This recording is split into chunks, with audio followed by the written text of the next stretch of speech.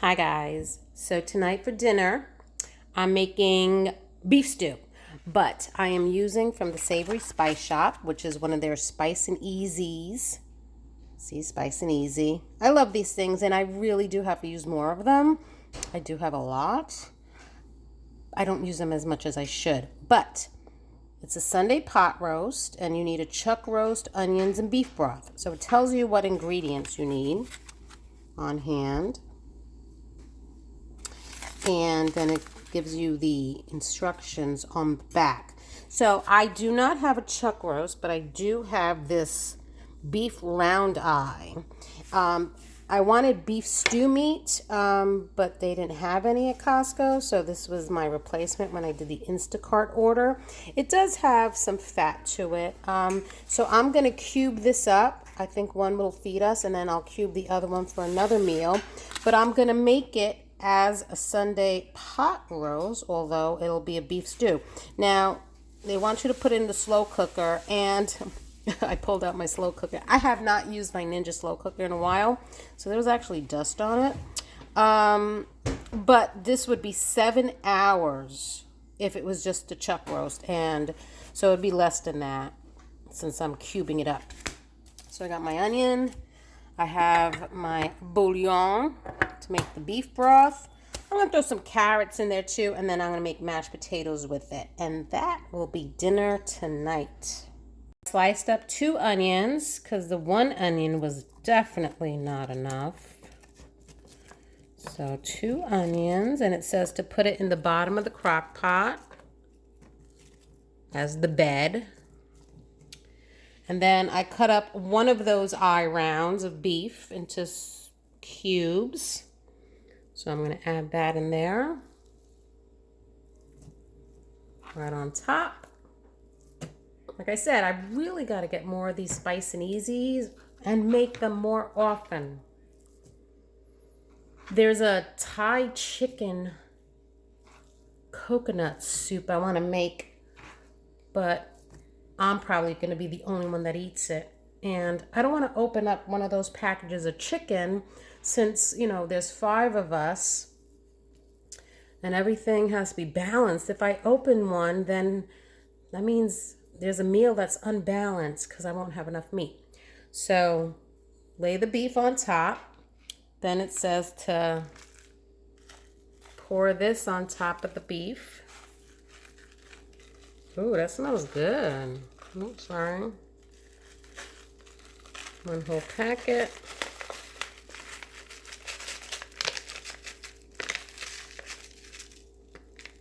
Come on. Ooh, I smell like what is it, like bell peppers? Dehydrated bell peppers.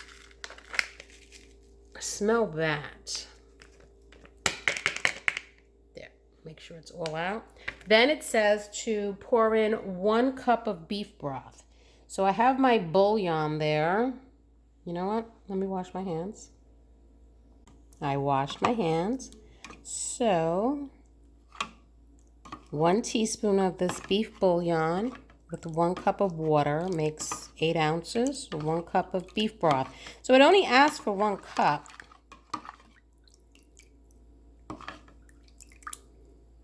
I wonder if I should put more because that's a leaner cut of beef than the chuck.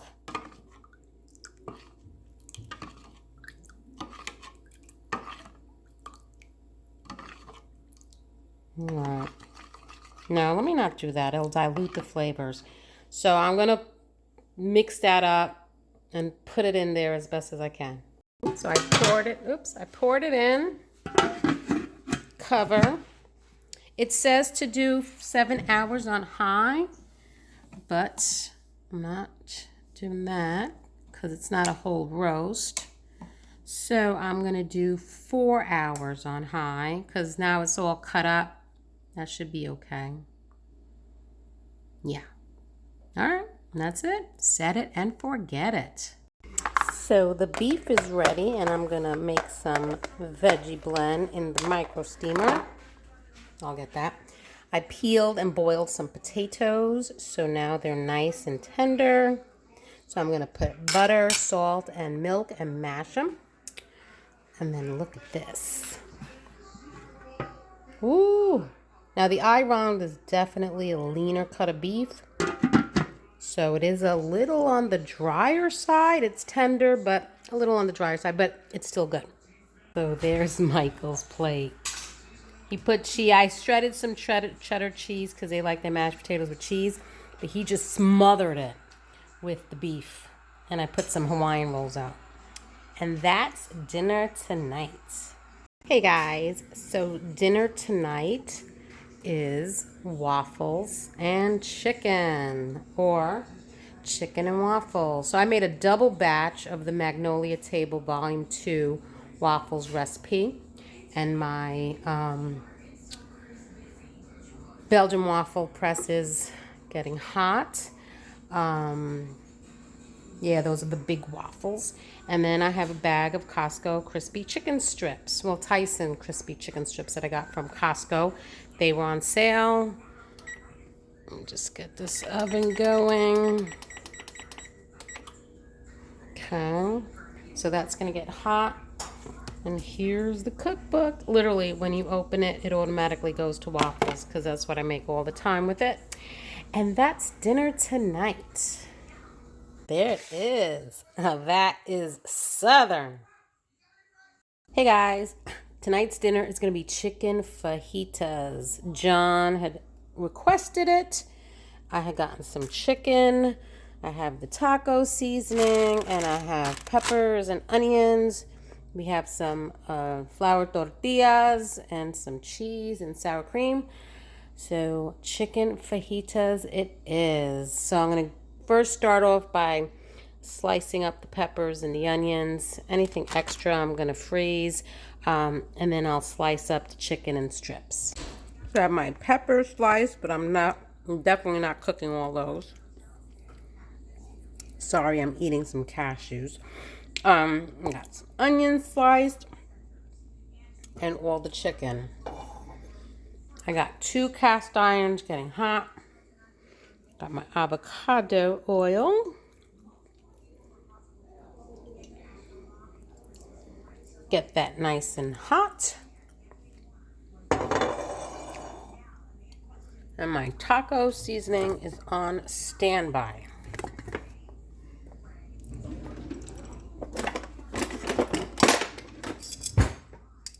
My tongs. You know what? I want to do tongs for meat and tongs for vegetables.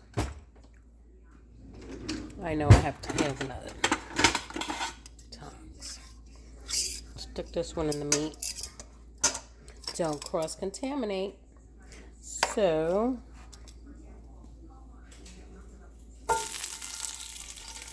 get some peppers and onions going.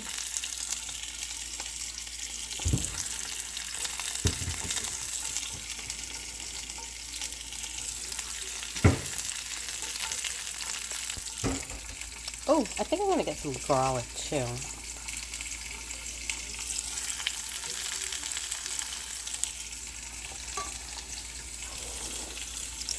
Do this.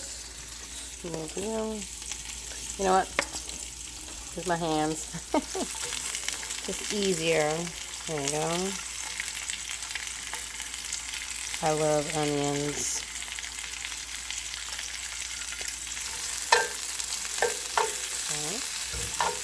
Get that going. I'll get the garlic. So these I'm going to freeze. Yeah, that's good enough. And then for the meat, get you over here.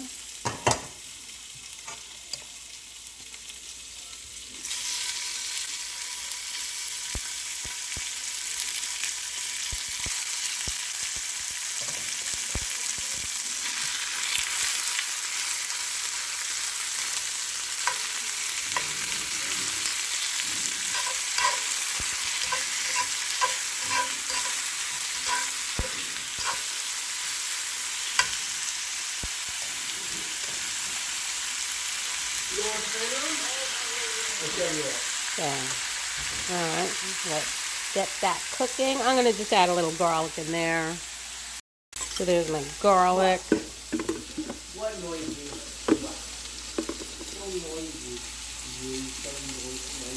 There we go.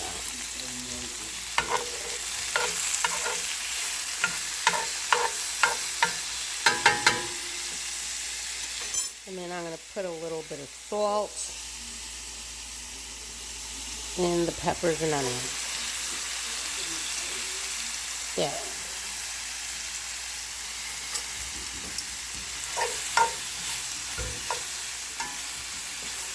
We haven't had fajitas in such a long time. You know, these are one of those quick dishes you forget about. And then the chicken. I think I'm going to turn up the heat. Want it golden. I got it in batches. That wasn't all of it. I don't even know if I need to make all of that. Put the heat up a little bit. So the taco seasoning is going to go in the meat, not the peppers and onions. Let me clean some of this up. I removed the first batch, but I haven't seasoned them yet. So I'm just cooking the second batch. And when this one's cooked, I'll just add them back together, put a little more oil, add the seasoning, and it's ready. That's ready. I shredded some cheese. Yeah, I guess I'll pull out some sour cream. I know Sean and me like guacamole. And maybe I'll do some lettuce and tomatoes as well. So that's ready.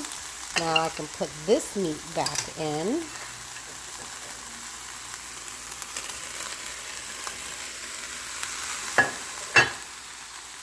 The juices. We're going to add a little bit of oil. I think I only have a little bit in here. A little more oil. Okay, I'm going to add a little more than that. Here's my other bottle on standby. Ooh. Okay, a little oil.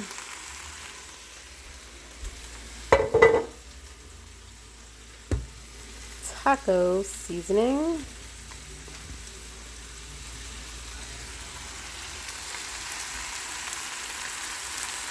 Let's flavor this up. I'm going to lower the heat because I put it on medium. There we go.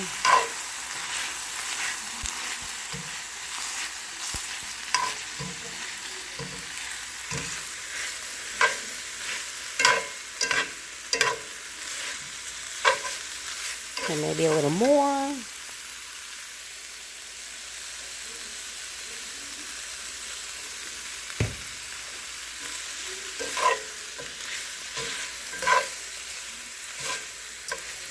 I'm going to taste it, make sure it's seasoned good and well.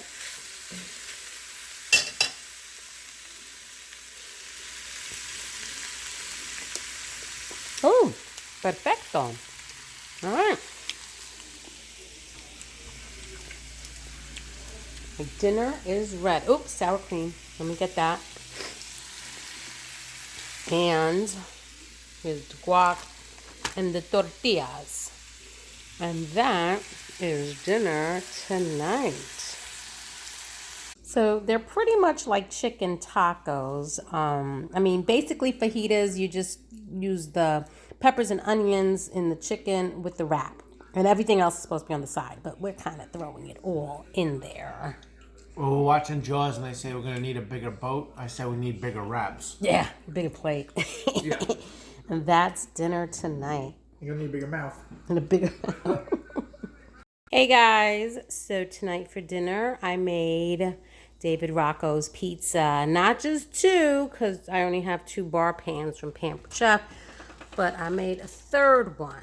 So that one is actually the entire dough recipe.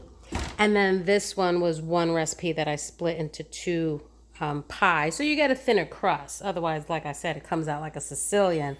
But we have some company, and I mean, my boys can polish off these 2 pizzas alone. So I needed to make extra. So I don't know how it's going to come out in that pan. I've never made a pizza in that pan. I think I tried making a pizza in the aluminum pans. I think they're aluminum, steel, something like that. Sheet pans. I tried making it once, and you don't get that crunch underneath like I do with the ceramic, the stone. The stoneware, sorry, not ceramic. So hopefully that one comes out good, but we'll see, because I like that crunch underneath. But that's dinner tonight. So I'm going to slice this one up, but I don't know if you can hear this. Let me see if you can hear this. You hear that crunch? Now that's pizza. I'll see if the other one does that when it's ready. So as you see, the pizza was a hit. So this one with this pan, this was the full recipe of the dough, came out thick, and John liked it. The dough was ready right when I was cooking, so I usually like to let my dough sit a little longer before I bake it, and it'll actually rise a little more. So this one was pretty thick, but it does not come out as crunchy. I found it to be more bready. Matthew liked it. John liked it because he likes the thick slices. But I like the crunch. I like the crunch. So I got to play with those. But that was dinner tonight. Hey guys.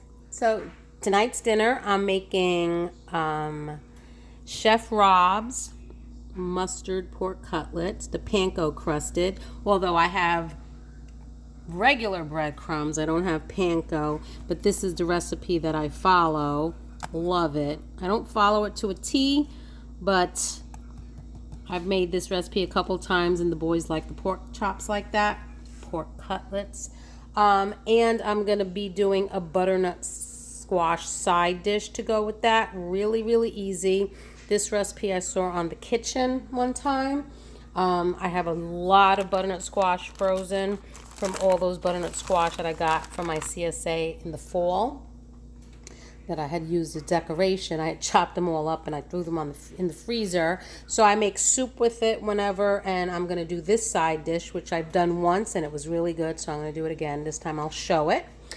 And macaroni and cheese, because the boys don't eat butternut squash. So macaroni and cheese, you've seen that a million times. So first I'm going to start with the butternut squash. I have the oven preheated at 375.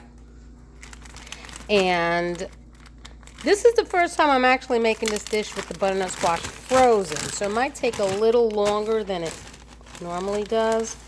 But I mean, it's so simple. So basically you just throw the butternut squash in. Hopefully in the pan and not on the floor like I just did. All right, this has to be done an easier way. Okay, so let's just pour some in there.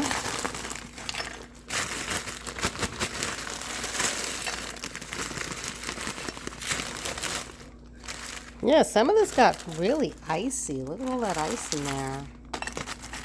Okay, try not to get any ice. If there is ice, let's take it out.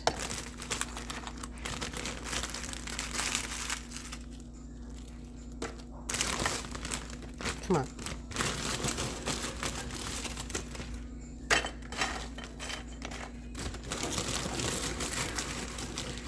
Okay, that's good.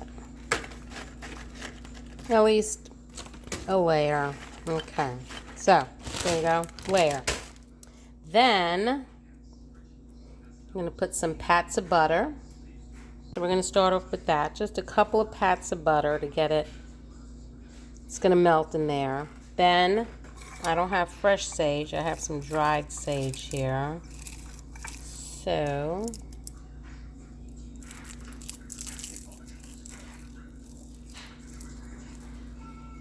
crush it. Don't need the stem. Crush. Okay. So because this is frozen, I'm going to stick it in the oven now. And then when it's soft and everything is cooking very well. Then I'm going to crush some Ritz crackers on top and maybe add a little bit more butter on top of the Ritz crackers to get that going. And that's pretty much it. Butter, butternut squash, and sage, and then Ritz crackers. I thought it was such an easy dish. All right, so let me clean this up and then I'll get the pork chops ready. Okay, so while the butternut squash is in the oven, I have my pork cutlets here. These were that pork loin I had gotten from Costco. I think it was like $15 or something like that. And I cut them about an inch each. I probably got about 20 pork cutlets, pork chops. That's the way to go. That's some good shopping. So I have 5 here. Because there's 5 of us. 1 egg, which I'm going to beat.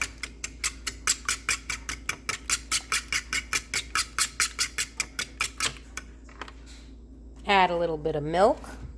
He asks for 2 tablespoons of water, but I put milk. Here we go.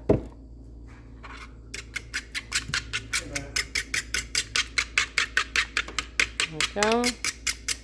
And then he does ask for panko. And in his panko, he puts lemon peel, sage, and black pepper. But mine is a seasoned panko. So I don't have lemon peel, but I'm going to do the dried sage. So I have the dried sage. Okay. Got rid of the husband. He was too loud on the phone call. So I'm going to put some crushed dried sage in there. It already has the Italian seasoning. I think last time I made it, I didn't put the sage, so that's fine too if you don't have sage. I'm just going to put a little sage. Get it really crumbed up. Give me 2 more.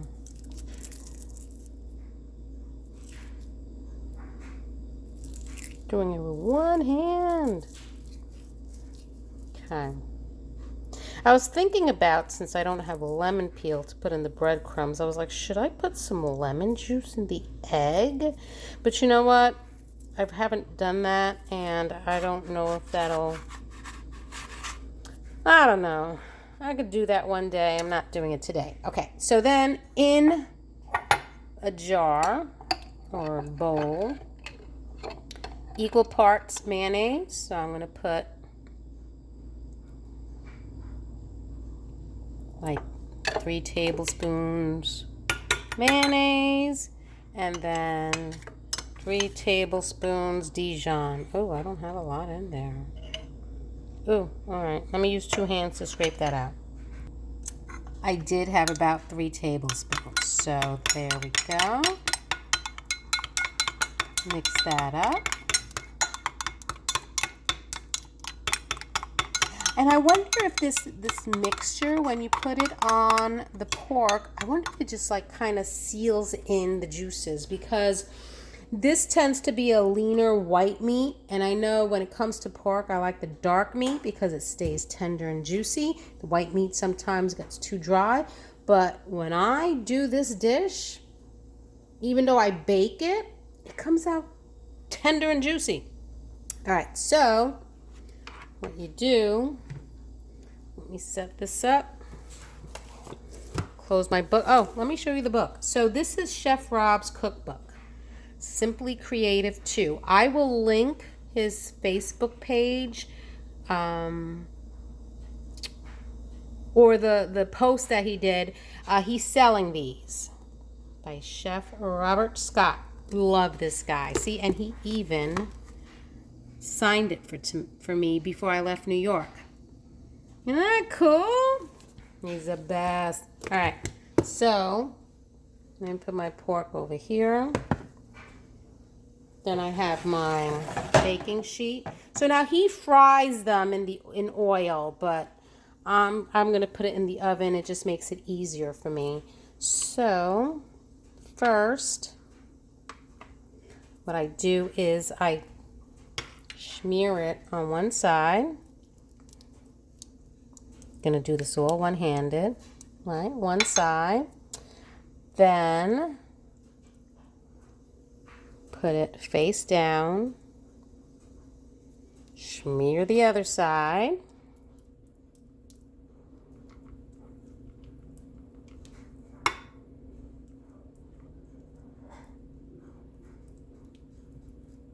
Nice coating. Now you're gonna flip it so both sides get the egg. Then put it in the breadcrumbs.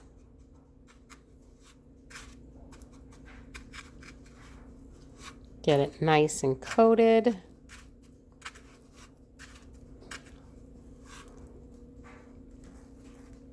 And on the tray. Got it? You want to see another one? All right. Let's do another one. Mustard mayonnaise mixture on one side. A nice smear of it. Not too gloopy. You don't want it too gloopy. The kids don't want it too gloopy. Sorry. Sorry about that camera angle.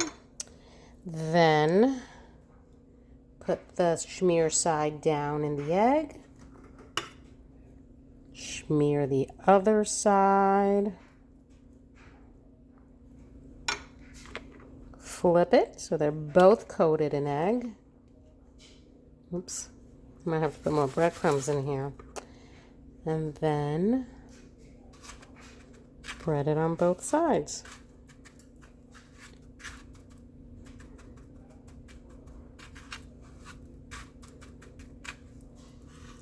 Ta-da!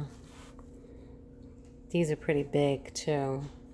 So these I'm making 5, but some of them are big. I think the last time I only ate half of one because they're really freaking big. And I don't like a lot of leftover meat. The only kind of meat I don't mind leftover is when I guess it's a fatty meat like ground beef or sausages.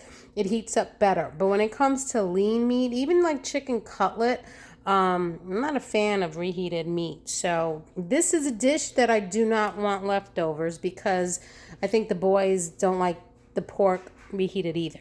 All right, so 2 down, 3 more to go. So I'm going to do that. Okay. So there's my butternut squash. They're getting soft. Actually, they are soft. I bet you they have a lot of water in them. All right. I want those to cook until they get like a little caramelized, and then I'll put breadcrumbs on the, not breadcrumbs, the Ritz crackers. But these are going in the oven. These will cook for about 20-25 minutes. And while that's still cooking, so there goes that. And then all I have to do is make the mac and cheese. Easy peasy. My water set to boil. And you know what I forgot doing? Because I'm not frying these pork chops, I like to put a little cooking spray on them, a little spraying oil. So I have my avocado oil here, and I just want to lightly spray that. And that's it.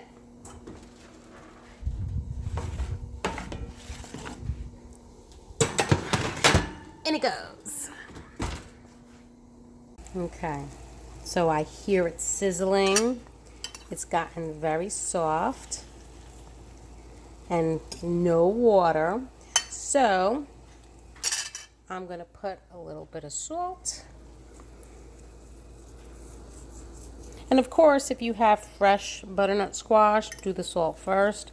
I mean, I could have done the salt also when it was frozen. I guess I forgot.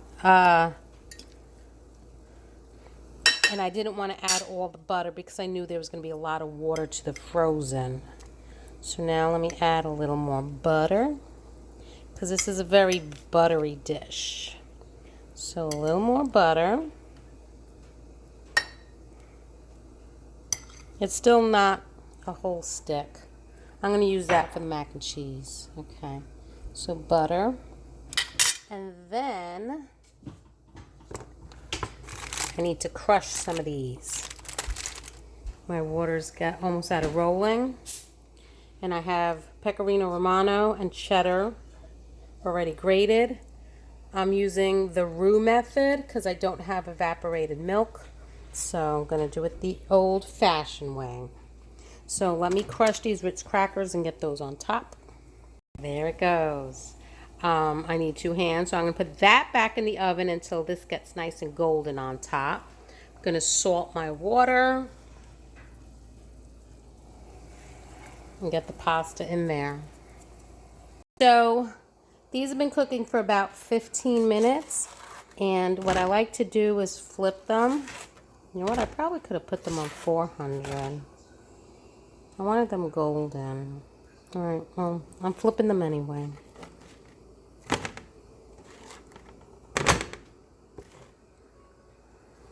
And then I'll put them back in the oven. Okay, so my pasta is done. Now I'm going to add equal parts butter and flour to make the roux. Just going to throw the rest of this in there.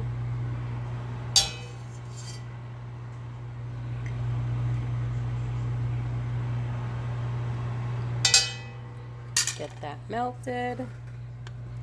Put a nice, that was about 3 pats.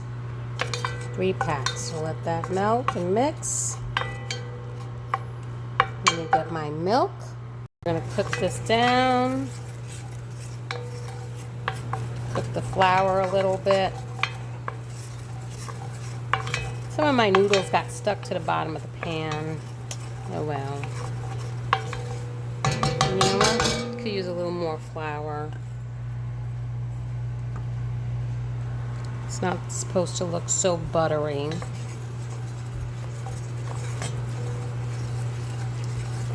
It's supposed to actually look lumpy. Yeah, it's better.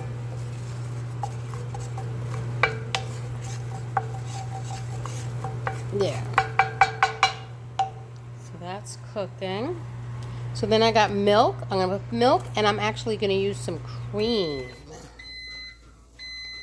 I have some peas in the oven, in the micro steamer in the microwave, because the boys don't eat butternut squash.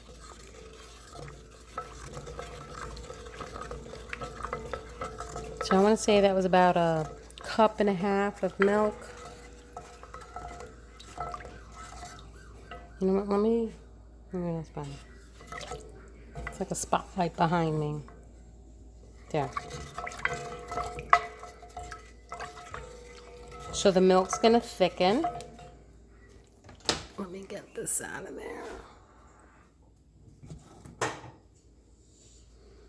So just some green peas for the boys to eat.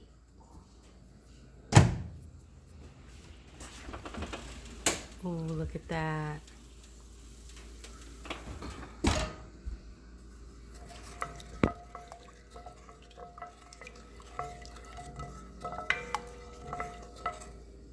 Put this up a little bit. Come on, milk. All right, so that's going to get thick, so I'll come back to it. Okay, so that thickened. Now we're going to add some cream. So last time I made this, I added some cream.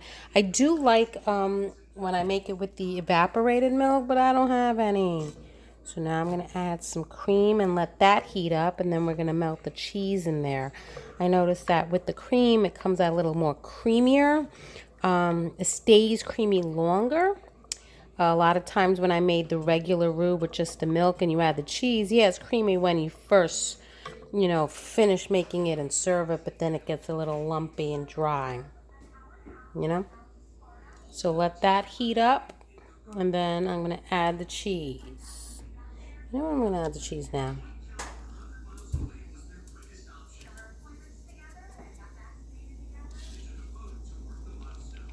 Oops.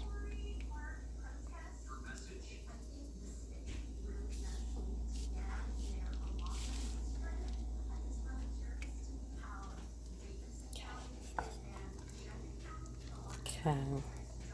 Yep, I did get some on the floor.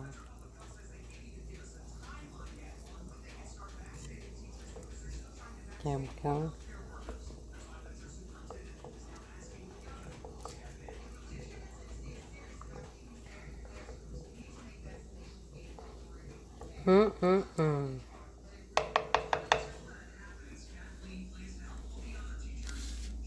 So I like adding the pecorino or the Parmesan just to give it a little tang. I always buy sharp cheddar or extra sharp cheddar because I like the cheese to taste, like that strong cheese flavor. When you have those mild cheddars, it reminds me of American cheese, and I just find there's no flavor in those mild ones or American cheese. All right, so let me get the pasta. There we go. Stuck. Need two hands. And I'll go with the heat again. So if it gets a little too thick, you just loosen it up with milk. But look at that creamy mac and cheese. One time I put some blue cheese in there, or whatever cheeses I have. It's good with a little provolone. You like those strong flavors, just to give it a little more flavor sometimes. Blue cheese, of course, you don't need a lot at all. But I had put blue cheese in it. The boys noticed that it did have a strong taste, but they did not know what it was. That was a while ago. Because I had some blue cheese or gorgonzola for steak. All right, so that is done. Look at that. Definitely not healthy, but delicious to have every once in a while. All right. Those are done. I'm going to take those out and we'll serve up dinner. Wow. Listen to that. Everything is sizzling. Mac and cheese. Pork chops. I wish they got a little darker, but oh well. And peas. And there it is, plated up. These are pretty big pork chops, so I cut mine in half. But that is dinner tonight. Okay. Hey guys, so tonight is a quick dinner. I am sauteing some green beans and broccoli in garlic oil with that lemon pepper. Let me pull that out. Lemon pepper spice. There you go, lemon pepper spice from Trader Joe's. And then I went to the Savory Spice Shop today, and I'm making their saffron and chanterelle risotto. Love these things. So basically, all I needed was butter and Parmesan cheese. You make it with water. Literally 4 things. And they give you all the instructions. So I'm making that. I got my pecorino romano waiting to go in there. Make it all creamy. So you just follow the directions and it tastes so fancy. And then I have crispy chicken strips in the oven. And that is quick meal tonight. And there it is. Easy peasy. Chanterelle saffron risotto. Green beans and broccoli. And crispy chicken strips. And there it is plated. Look how fancy for a quick meal. That's dinner.